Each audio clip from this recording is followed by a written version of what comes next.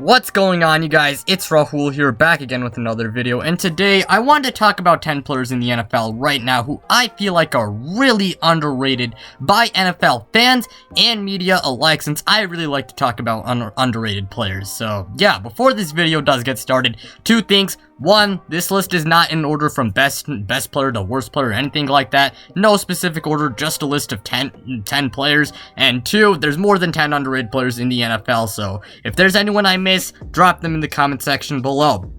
And also, make sure to like the video if you enjoyed it, as it really does help out the channel. And also, make sure to subscribe if you guys are new and enjoy this type of content, so you don't miss out on any new videos like this. Plus, we are on the road to 1,000 subscribers, and once we hit our goal, I am finally going to do a face reveal. But with that being said, let's get this video started. And the first player I want to talk about is Chandler Jones of the Arizona Cardinals. Chandler Jones, in my opinion, he might be one of the maybe the most underrated player in the NFL. For years, this man has been putting up elite numbers, has been piecing together a Hall of Fame career, yet no one talks about it. Now, it's probably due to the fact that he's played on some pretty bad Arizona Cardinals teams, and the Cardinals are also just not the biggest name out there, so that's probably why. But that doesn't take away from the fact that Chandler Jones is a damn good, he is a damn good player. I mean, you just go take a look at his numbers and you'll see what I mean. This man is, in my opinion, is in the elite category of pass rushers. You can easily say that. He's in the category of like the Khalil Macks, the TJ Watts,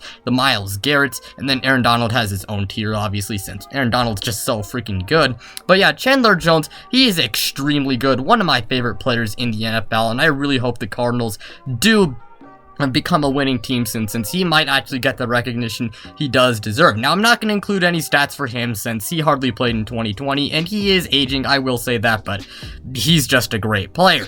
Anyways, next up, we got Dion Jones of the Atlanta Falcons. Dion Jones, he plays on an absolutely terrible defense, alright? It really does suck. He plays on a really bad defense. Atlanta's defense, it has been an absolute laughing stock over the past few seasons. It's been an absolute laughing stock, to put it simply, but that doesn't mean Dion Jones is a bad player, and I really wish people would also give the recognition, talk about the good players on their defense, because believe it or not, there are some pretty good players on that defense, and Dion Jones is a good example. One of the best linebackers in the NFL. He can do it all. He can rush the quarterback, he's a good coverage linebacker, and he's good at stopping the run, and in 2020, he had 2 interceptions, 6 passes defended, 1 forced fumble, 4.5 sacks, 106 combined tackles, 9 tackles for a loss, and 16 pressures. Overall, really good player. Up next at number 3, we got Jessie Bates of the Cincinnati Bengals. Jessie Bates is one of my favorite players in the NFL, and he is the man in the thumbnail, if you guys did not know. But yeah, Jessie Bates,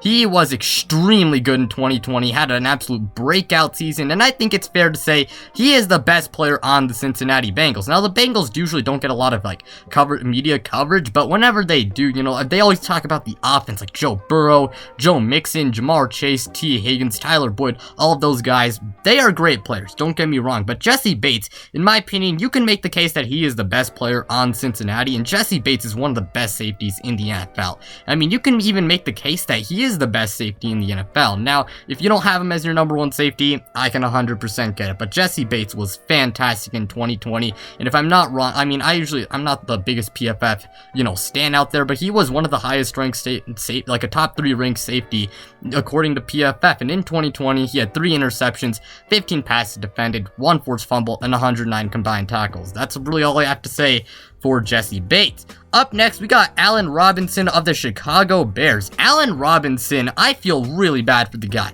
He's for sure a top 10 wide receiver in the NFL, and he's consistently put up great numbers, but has never really got the chance to play with a really good quarterback. He's had to play with guys like Blake Bortles and Nick Foles, Mitchell Trubisky, and obviously those guys are much better NFL quarterbacks than I could ever be. But yeah, I mean, Allen Robinson, man, I mean, this guy has consistently put up great numbers, despite the fact that he's never played with a really good quarterback. And I feel like the Bears, I mean, I know the Bears offense, it was pretty bad last season, but Allen Robinson, he is a really good player. And in 2020, he had 1,250 receiving yards and 6 receiving touchdowns. I really hope Justin Fields is good, because that'll finally give Allen Robinson the chance to, be and play with the good quarterback. And not only that, the Bears can be a really good team, and Allen Robinson Robinson might get the recognition he deserves, and in my opinion, he could be even better, like maybe even top 5 good. But yeah, anyway, speaking of the Chicago Bears, let's talk about David Montgomery of the Chicago Bears, of course. But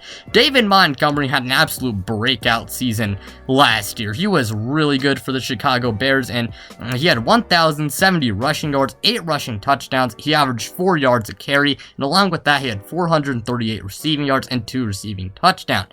He's not crazy fast, but he's just a really, really good rusher, and along with that, he can also catch passes, so he has some of that modern, pass catching ability, so that's nice. And overall, David Montgomery, really good player. I think he's a top 10 running back. What else can I say besides the fact that David Montgomery is great? Next up on this list, we got Jacoby Meyers of my New England Patriots. Jacoby Meyers, I absolutely love him as a Patriots fan. Now, unfortunately, the Patriots did not have a lot of great pass catchers last season. Believe me, I know that as a Patriots fan. But Jacoby Meyers, he was really good, despite the fact that, the Patriots receiving core was not very good. And he was essentially Cam Newton's only consistent receiving option. Now, he's yet to score a touchdown in his pretty young NFL career, and in 2020, he did have 729 receiving yards, but I mean, keep in mind, the guy really only got like a really significant playing time somewhere like the middle of the season, and I mean, he was on if he got that type of playing time throughout the entire year, he was on pace to have over 1,000 receiving yards, and I do think he can be much better with the improved, with the improved pass catching group, because now he doesn't have to be a number 1 receiver, and believe me, as underrated as Jacoby Meyers is, I don't think he's number 1 good. I will say that, but yeah, I think he could have a really big year next year. I wouldn't say like 1,700 yards, but he's a really good player, and I do think he can have a great year next year. But anyways, up next, we got Derek Carr of the Las Vegas Raiders. Derek Carr, he gets so much hate for no reason. This man, I wouldn't call him elite, but he is a damn good quarterback. He's like borderline Pro Bowl, like a above average player. He's pretty good. And despite the fact that his weapons aren't fantastic outside of Darren Waller, they aren't like the worst in the world, but they aren't exactly amazing. He's consistently thrown nearly 4,000 yards and over 20 passing touchdowns. Yet no one really I feel like a lot of people just like to focus on the bad moments of Derek Carr, and I really hate it when people say that Derek Carr is the issue with the Raiders when he really isn't. He's a damn good quarterback, and in 2020 he had a career year, maybe the best season of his career, with 4,103 passing yards, 27 passing touchdowns, 9 interceptions, and had a completion percentage of 67%. Overall, he is a really good quarterback, and I really do hope the Raiders can be a pretty good team, because maybe Derek Carr can finally get the respect that he deserves. But anyways, up next, we got Robert Woods of the Los Angeles Rams. Robert Woods is not elite, but he's a really, really, really solid player, and a lot of people don't give him much recognition. He's put up over 700 receiving yards at least 700 receiving yards in each of his 4 seasons with the Los Angeles Rams, and he, along with his peers, I think he's going to benefit a lot from Matthew Stafford playing under center for the Rams now, since Jared Goff, he hasn't been great over the past 2 years. I won't call him the worst quarterback in the NFL, but he's not exactly awesome. But I think he'll be even better with Matthew Stafford. And Robert Woods, he's just a really good player. And keep in mind, this guy also has to share targets with he's had to share targets with guys like Cooper Kupp and Tyler Higbee and Josh Reynolds. And overall, Robert Woods is a really good player, and in 2020, he had 936 receiving yards and 6 receiving touchdowns. At number 9, we got Levante David of the Tampa Bay Buccaneers. Levante David, he's getting up there in age, but he's one of the best linebackers in the league, and he's been one of the best linebackers in the league for a long time. And whenever people talk about the Tampa Bay Buccaneers, a lot of times we talk about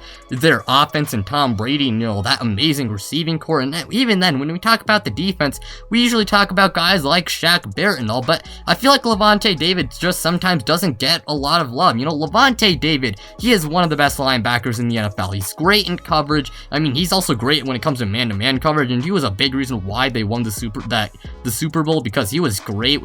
Him and Devin White did a great job of covering Travis Kelce, and along with that, he can stop the run, and he's a really good veteran leader. And in 2020, he had 1 interception, 6 passes defended, 3 forced fumbles, 117 combined tackles, and 12 tackles for a loss. And then the final player on our list is Brandon Cooks of the Houston Texans. Brandon Cooks, he has been on 4 teams in his career, but he has consistently put up great numbers. Now, he has struggled with injuries quite a bit, but he's really good when healthy. I wouldn't call him a number 1, but I think he could make a fantastic number 2 receiver. If I'm not wrong, I might be a little bit wrong on this, but if I'm not wrong, he's only had 2 seasons where he didn't have over 1,000 receiving yards, and overall, he is just a great player. Now, the Texans, they are not a good team. However, I do think their offense is pretty good, even without Deshaun Watson. I do think Tyrod Taylor is like a average game manager. I guess you could say like a alright game manager. And I do think Brandon Cooks is going to be a big part of that Texans offense. Even if the Texans only win a few games, I think they're going to have a good offense. And Brandon Cooks will be a really big contributor. And in 2020, he had a really good year with 1,150 passing yards and 6, not passing yards, receiving yards and 6 receiving touchdowns. But with that being said, that's all I have to say. Thank you guys so much for watching. It truly means a lot to me. If you guys enjoyed, like the video as it really does help out the channel. And also make sure to subscribe if you guys are new and enjoy this type of content so you don't miss out on any new videos like this. Plus, we're on the road to 1,000 subscribers, and once we hit our goal, I'm finally going to do a face reveal. But with that being said, I'm out, you guys.